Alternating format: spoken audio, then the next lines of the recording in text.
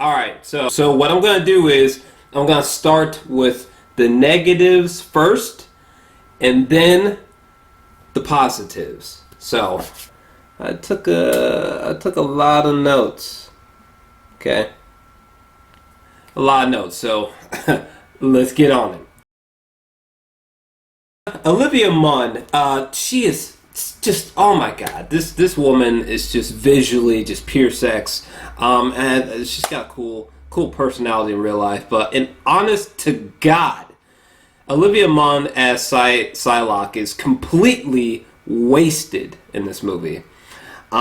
She's hardly in the moment. I mean, in the movie, she barely even speaks. The reasons for why she joins Apocalypse are kind of weird to me. Like, I kind of feel like Apocalypse honestly just did mind control on her. Because, I mean, so what? You held your sword to Apocalypse's throat and he was just like, I could give you more power. And, like what the fuck happened? Did her ovaries explode and she was like, more power? I'll join. I felt like Psylocke was completely wasted, for sure. Why did Apocalypse need these horsemen? Why? This motherfucker can, like, literally materialize fucking matter that did not exist prior. Like, he literally created a pyramid in the middle of this city from, like, the city itself. Like, it was so weird. He just, like, was just like... And fucking like a pyramid was just created. Like, what? Like, he can, like literally just give people extraordinary powers. I mean, he can kill people. He can decapitate people with dust, for fuck's sake. Why in the flying fuck did he need the horsemen? I just don't get it. Okay, so when Apocalypse, when he psychically makes all the weaponry and all the nukes and weapons of mass destruction just kind of shoot off into the sky and into space, why didn't you just use all these weapons of mass destruction? Like, why didn't you just raise them up into the sky and just start raining that shit down upon the earth, remove radiation, and just blow the fuck out of the earth? You know what I'm saying? And whoever lives, we can continue. Like, I just don't get it. Like, I don't understand why he needed, like, the horsemen. Why didn't he use the weapons of mass destruction in, like, a savage way, like I gave an example for? Like, why didn't he do that? I don't buy, and I don't understand the motives behind Apocalypse being evil and wanting world dominance. I mean, what makes him, from like a mentality standpoint of world dominance and evil, what makes him any different than Ultron from Age of Ultron? I mean, it's like Apocalypse just woke up, strolls through town, kills a few folks who were trying to fuck with Storm. He touches a television screen, and through the television screen, very much so like Ultron, he sort of like learns all of our history, I guess, from touching this one television. And from there, he's just like, we're going to cleanse the earth. I don't really buy his motives, man. Like, also, like, another issue that I have with Apocalypse is that he has no charisma. He has no personality. He has no sense of humor. He's just so cliched to me. The character Angel did nothing for me. Outside of being Apocalypse's little errand boy, and he fought in the cage a few times. I think there's a moment with him drinking, being drunk. Then I think he died in that plane. Is that all that he contributes to the story? I don't know. I did not care about any of that stuff that I mentioned. Angel was pretty fucking weak as far as the character goes. I liked his metal wings. Those were cool. It's like the only thing I liked about him, though, sadly. I hate, like, the armor the armor that Apocalypse wears. It's pretty cool. It kind of reminds me of like some ancient samurai type of influence. But other than that, I hate the look of Apocalypse. I don't know. I don't get it. It's almost as if Bryan Singer, he looked at the comic book version and like he flinched and he was like, oh, I don't like that. He's got to be more grounded. He's got to seem like something that people can get behind. Something, I don't know. I don't know why Bryan Singer went this route with the look of Apocalypse. I really don't get it. It's really weird. He just looks like a blue cousin to Ivan Ooze or to Mystique. He looks like a version of Apocalypse that you would see in a cheap, independent film or something. Not in a... This is not the way that Apocalypse should look in a film that has a production budget of more than like 170 mil, or whatever the fuck it is, Like, what? This is the best Apocalypse that you guys could give us? Literally, Frieza and Vegeta are more entertaining and have more personality than this cinematic version of Apocalypse that we got. I mean, it's amazing what Lou Ferrigno did with The Incredible Hulk, starting in 1977 and onward, but, I mean... in today's time, I want this version of the Hulk. Not this. I don't want this version of the Hulk in today's time. Okay? In today's time, I want this version of Apocalypse right here. Okay? I don't want this. Like, what is this? What is this? I mean, this just looks like... I mean, they basically just got... They did not even make Oscar Isaac like sort of like get buff or toned or like just nothing, man. It's just like they took Oscar Isaac, painted him up, slapped some makeup on him that vaguely is sort of kind of here and there reminiscent of Apocalypse. Like, why? What is that shit? There is nothing physically intimidating about Apocalypse at all. Nothing. I just don't get it. What is up with his voice? Apocalypse will be speaking in like Oscar Isaac's normal voice, but then like out of nowhere, like it'll just start pitch shifting just crazily out of nowhere. Like there was no consistency to Apocalypse's voice throughout the film. It just always kept changing and being tweaked, and it was just like, what is this? Also, another thing that I did not like is that the only time that Apocalypse grows big is, inside of that shared consciousness moment. Another flaw that I had is that Apocalypse gets killed in this movie. What? I mean, especially... like the way that he's killed. I mean, he's basically killed on just say random sunny afternoon. Like like when it's all said and done, when the X-Men come to take him down, like he's basically killed in like a manner of hours, and it's just like, what the fuck? I mean, are you serious?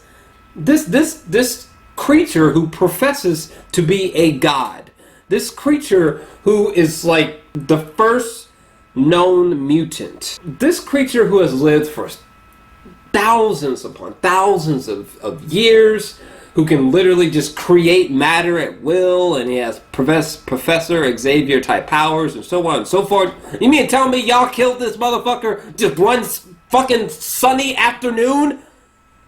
Are you serious? Fuck, man.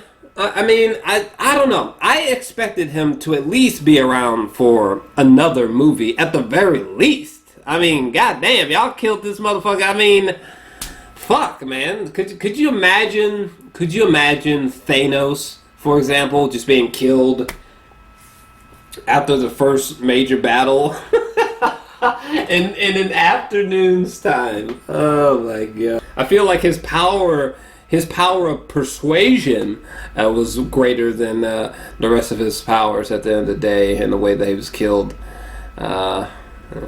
Anyway. Storm is underutilized again. Again! How the fuck was Quicksilver able to carry out everyone in the building when it was exploding? I mean, you know, if he can carry all those people out like that, I mean, what's the limitations to what he can move and carry when he's moving that quickly? Oh, the CGI was pretty weak, honestly. Just overall. Like, there was this one scene where Psylocke, she jumps off the plane that Angel crashes in, and she sticks out her sword, and she sort of like surfs down the down the side of this building. And literally, what came to mind is, I was just like, ha! Green screen! Mora, played by Rose Byrne, her character felt so shoehorned into the film. Seriously. And by the way, is she responsible for waking up Apocalypse? Or is she? Maybe I misinterpreted. And even if she's not, like, I just thought that was a weird place for Apocalypse to be found at. Like, it's like, shouldn't he have been woken up a long time ago? Like, but if she is responsible for waking up Apocalypse, that's just fucking stupid to me. All of the scenes involving Wolverine were just meh. They were just meh for me. I mean, I know, like, the things he was wearing and shit, you know, that's a callback to the comics, but, I mean, it's just pure meh to me. Like, sure, like, there's definitely some blood, and, I mean, Wolverine was definitely being pretty murderous, which is... But the thing is, it's not like there's anything brand new happening here. Like, it's not like... these scenes involving Wolverine, it's not like this is like something like, oh, I've never seen this before, you know? To be honest with you, even the way that it's shot, with him running down the corridors, like, stabbing people, it wasn't even shot visually in a interesting way. I mean, I personally felt that the way that Wolverine was shot with the camera, running around killing people, felt kind of lazy. I mean, there was never a moment during Wolverine's rampage where I was like, oh shit, man, did y'all see that shit? Did you see the way he uppercutted and decapitated that dude? Holy fuck, that was like the Raid 2 type of action sequences. Oh my god, that just blew my fucking... No, like, none of that happened, to be honest. Also, there's this weird moment where Wolverine, he looks up at the camera like this.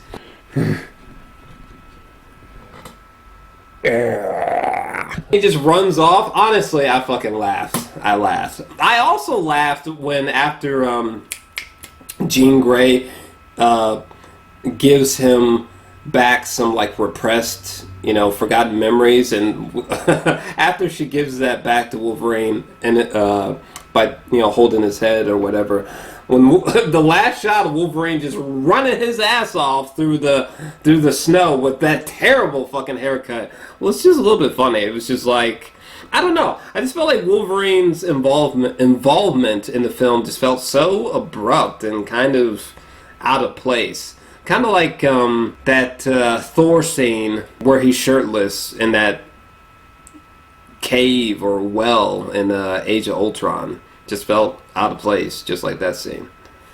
Jubilee. Complete waste. Like, what is the purpose of her being in the theatrical edition of this film? Like, do you know? Because I don't. like, she barely talks. She literally does nothing substantial.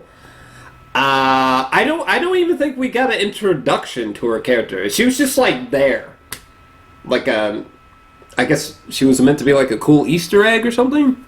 I mean, for me personally, when Magneto and Jean Grey are like perfectly rebuilding the school at the end, doesn't that take away the dramatic effects of blowing up the school earlier on in the film in the first place? Okay, so when Magneto, after his, his wife and daughter are killed, and he kills those people with that necklace. When he goes back to the factory place to kill all those people in there, and then Apocalypse just interrupts. I hated that. I hated that so much. Do you know how powerful, how eerie, how haunting it would have been to watch Magneto kill all those factory workers, and then Apocalypse shows up and takes him with him. I just thought it was weird that Apocalypse shows up and he's like, "Oh, you're trying to kill those people? Well, they're dead now. Hey, come with me. We can show you some cool shit. Come and see." Like, what? I don't know. I think they missed out on a great dark scene that would have been extremely powerful. Quicksilver not telling Magneto about him being his son was so whack to me. I mean, Storm knew, Mystique knew. You couldn't just tell this motherfucker.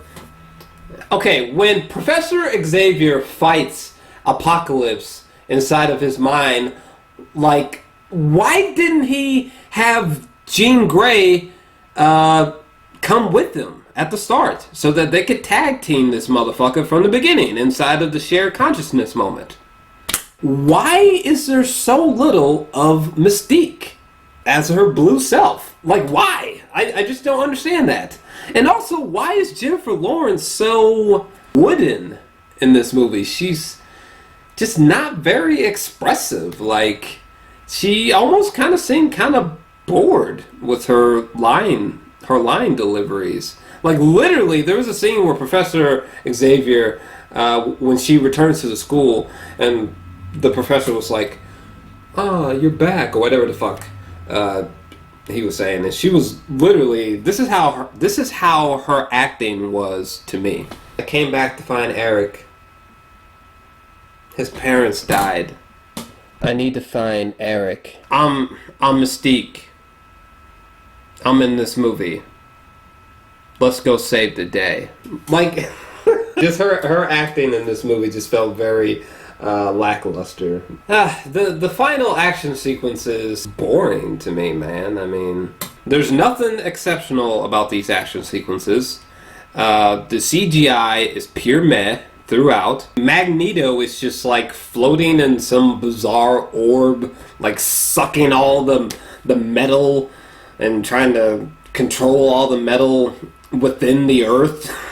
Literally, which is just a bit ridiculous, but alright. And then we have Apocalypse trying to overtake Professor Xavier's mind, which, couldn't he have done that better? Like, what the fuck? I mean, if I was fucking Apocalypse, I would have made like a pyramid within a pyramid within a pyramid within a pyramid out of the same metal that makes Wolverine's most of his body. I think it's adamantium, or however you say that, or like out of vibranium, or something like that. You know what I'm saying? And like made it like apply like a maze or crisscrossing geometry to the pyramid, so it would be very difficult to get through it quickly to stop Apocalypse from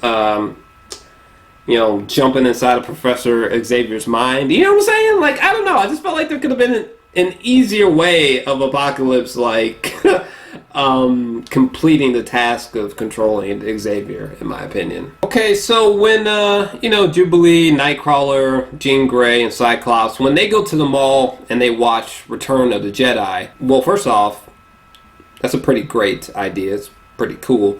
But the joke that they made, poking fun at the third X-Men movie, personally, this joke should have flatlined me. Like, this joke should have had me like, honestly, I kind of just smirked. I thought the execution was kind of off with that joke, which is a shame because it was a great idea for a joke. Okay, so during this sequence here, which, oh my god, I feel like they are honestly just on a giant set piece surrounded by green screen in this moment here, I swear. But anyways, in this moment, you know, Professor Xavier and Magneto are sort of bickering back and forth. And I can't remember what they're saying verbatim, but, you know, the professor's like, no, Eric, there's still good in you. There's still good in you. And Magneto's like, you're wrong. And it's like, come on, man. Aren't we beating the dead horse at this fucking time? I mean, this concept of Magneto and Professor X arguing about how, you know, the professor thinks that they're still good in Magneto and that Magneto's not evil. Like, this concept, this debate, I mean, it's happened so much between X-Men First Class and now. You know, I mean, oh my god! And when it happens in this movie, it just feels so tired. You know, like we're beating a dead horse, man. I almost, like, honestly, in my mind, I literally just wanted to tell Professor Xavier, just shh, just shut up, man. Okay, Magneto's fucking family just got slaughtered, literally, by like a single arrow. He's not about to listen to your ass, alright? Like, give it a rest. I was just so bored by that little back and forth between the two of them in that moment. I mean, if you're going to continue to have those two characters have those debates going forth, at least make it refreshing and interesting. Like the plane scene in Days of Future Past. I mean, I guess Magneto was handled okay. Outside of that, all of the character arcs in this movie are never really satisfying to me. No one really had a proper juicy highlight for me. The stakes are never very high in this movie, you know. Not many people die, despite the fact that Apocalypse is here. This person is supposed to be godlike, you know, supposed to be the first mutant ever. He's supposed to be so all powerful, but as far as the main crew go, no one dies that we care about.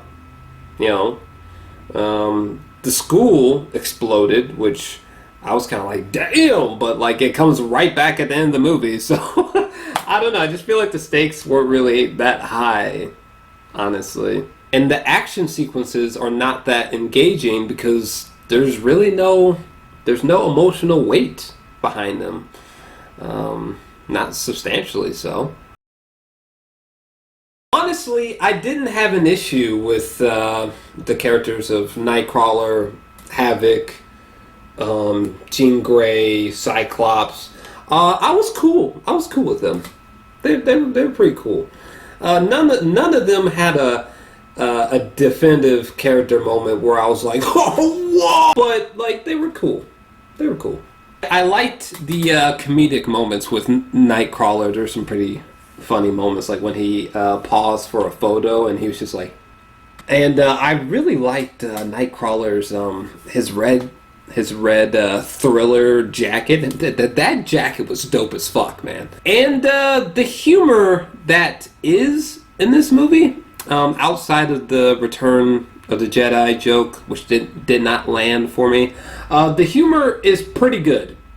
It's pretty good in this movie. I loved all the humor involving Professor X kind of crushing on Rose Byrne's character Mora. Those were pretty funny. And I really loved this. This one moment got a pretty big laugh out of me when Cyclops, he like shoots that beam across the lake and splits that big ass tree in half. Professor Xavier's comments about that were pretty funny. Also, Quicksilver saving everyone from the school, you know, from the mansion, was awesome. Literally, that Quicksilver moment was probably the standout scene in the film to me.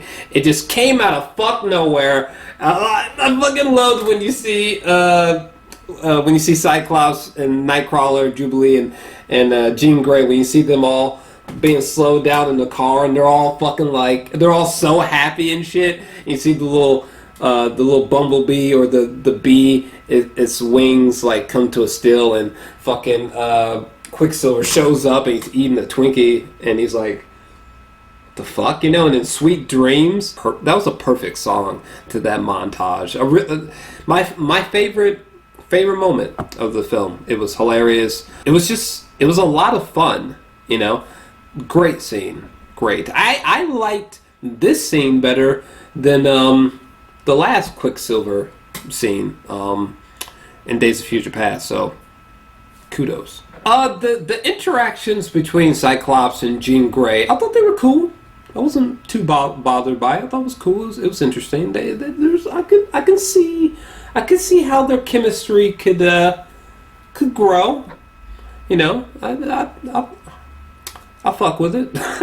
Also, I have to admit, Jean Grey's Phoenix moment, you know, when she's walking on air, was pretty cool.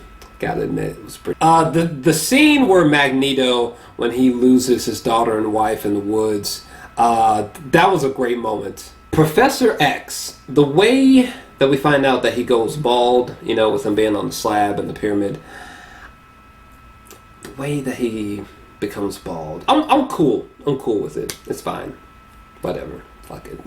By the way, I loved the beginning. I didn't really care for Apocalypse like growing all big and being like pretend that this is Professor X. You know, Apocalypse being like